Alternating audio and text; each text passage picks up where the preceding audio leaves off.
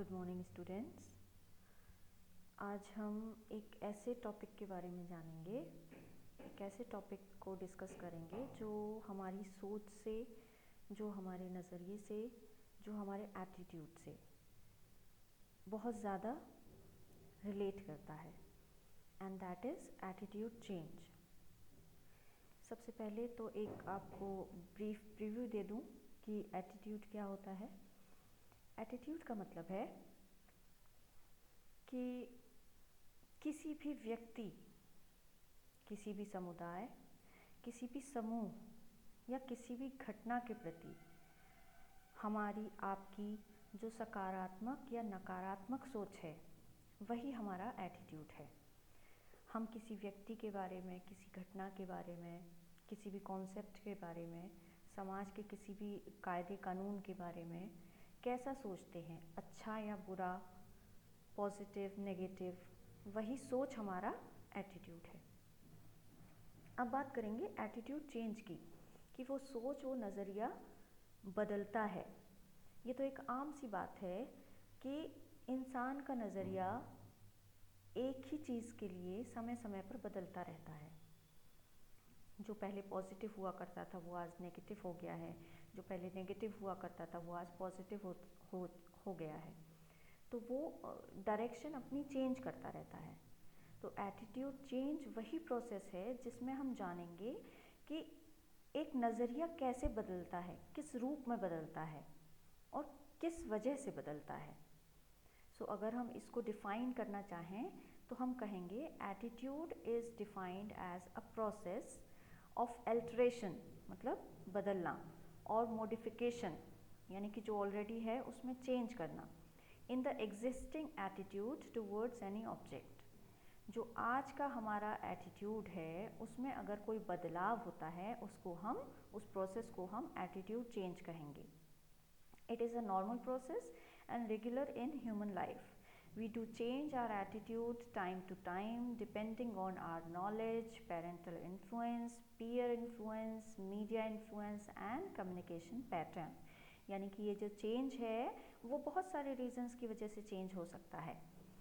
आपकी नॉलेज के ऊपर, आप क्या ज्ञान अर्जित कर रहे हैं, आपके पेरेंटल इन्फ्लुएंस के ऊपर, आपके पीयर इन्फ्लुएंस के ऊपर, आप जिन दोस्तों के साथ रहते हैं उनके इन्फ्लुएंस में आके अपना एटीट्यूड हम चेंज कर सकते हैं। या फिर जो इन्फॉर्मेशन हम मीडिया से, टीवी से, रेडियो, न्यूज़ चैनल से, अखबारों से मिलती है जो इन्फॉर्मेशन, उसके ज़रिए हम अपना एटीट्यूड चेंज कर सकते हैं। चलिए अब बात करेंगे एटीट्यूड चेंज के टाइप्स की। बेसिकली एटीट्यूड चेंज दो तरह का होता है, जिसको हम कह सकते हैं incongruent attitude change and congruent attitude change. Incongruent attitude change, पहले इसको डिफाइन करते हैं। It is a type of attitude change where in the attitude changes in opposite direction to the existing attitude with loose intensity. यानी कि जो पहले से आपका एटीट्यूड बना चला आ रहा था, आपकी जो सोच पहले से थी, चाहे वो नेगेटिव चाहे वो ऑपोजिट, अगर आगे चलकर वो अपनी उल्टी डायरेक्शन में चेंज हो जाती है तो उसको हम इनकॉन्ग्रुएंट एटीट्यूड चेंज कहेंगे। जैसे यहाँ देखिए ये एरो दिखा रहा है कि जो एटीट्यूड पहले नेगेटिव था वो आगे चलकर पॉजिटिव हो गया, या फिर जो पॉजिटिव एटीट्यूड था पहले वो आगे चलकर नेगेटिव हो गया। यानी कि एटीट्यूड ने, सोच ने, नज़रिए ने अपनी दिशा बदल दी। उसको हम इनकॉन्ग्रुएंट पॉजिटिव चेंज कहेंगे, इनकॉन्ग्रुएंट एटीट्यूड चेंज कहेंगे। अब इसको एग्जाम्पल से समझते हैं।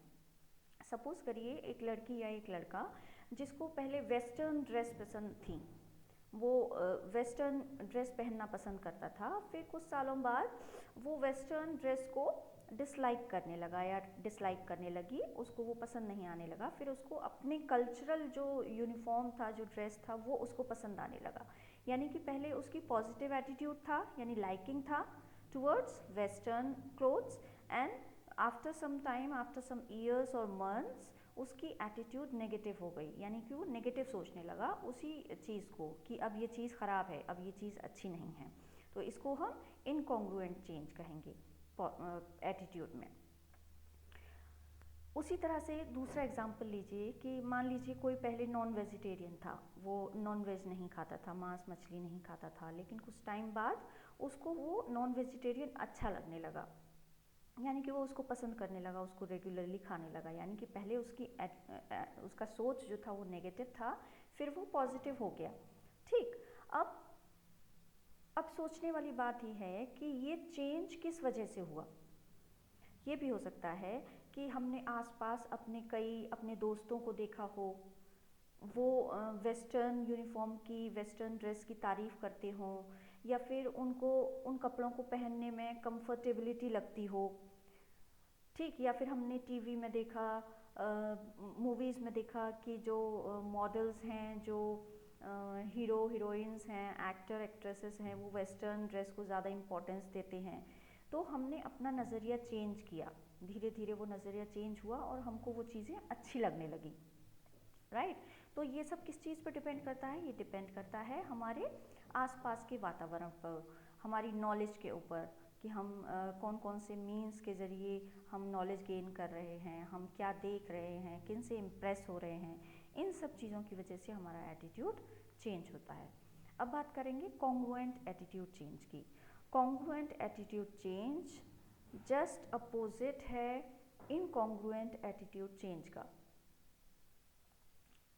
कॉन्ग्रुएंट एटीट्यूड चेंज में अगर हमारा एटीट्यूड पहले से नेगेटिव चला आ रहा है और आगे चलकर वो और ज़्यादा नेगेटिव हो गया, मतलब सेम डायरेक्शन में चल रहा है और लेकिन उसकी इंटेंसिटी और ज़्यादा तेज हो गई है, यानी कि वो और ज़्यादा पावरफुल हो गया है, उसको हम कॉन्ग्रुएंट एटीट्यूड चेंज कहेंगे।